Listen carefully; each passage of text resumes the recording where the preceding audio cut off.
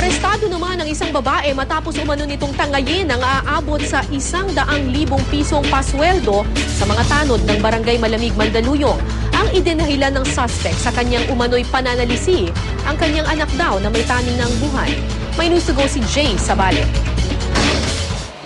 Muntikan nang hindi makasweldo ang mga tanod ng Barangay Malamig sa Mandaluyong City. Yan ay matapos umano silang masalisihan ng 100,000 pisong pampasweldo sa loob mismo ng kanilang barangay hall.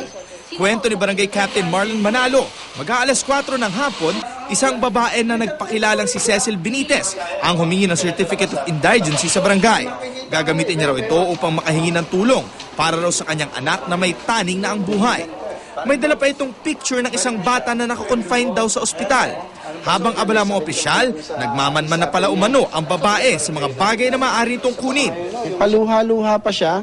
So, ayun nga paluha-luha pa. Habang binibigay yung indigency, masyado naman nag-relax yung tresurero natin.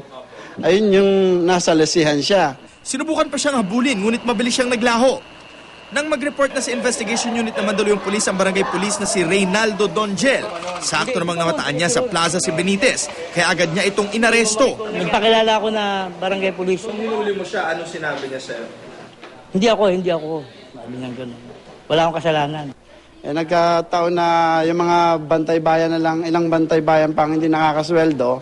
Bukod sa cellphone at 100,000 na cash, na-recover din sa suspect ang mga peking dokumentong kanyang ginagamit upang makahingi raw ng tulong para sa anak. Saka na rin panawagan ko para sa mga naloko nito.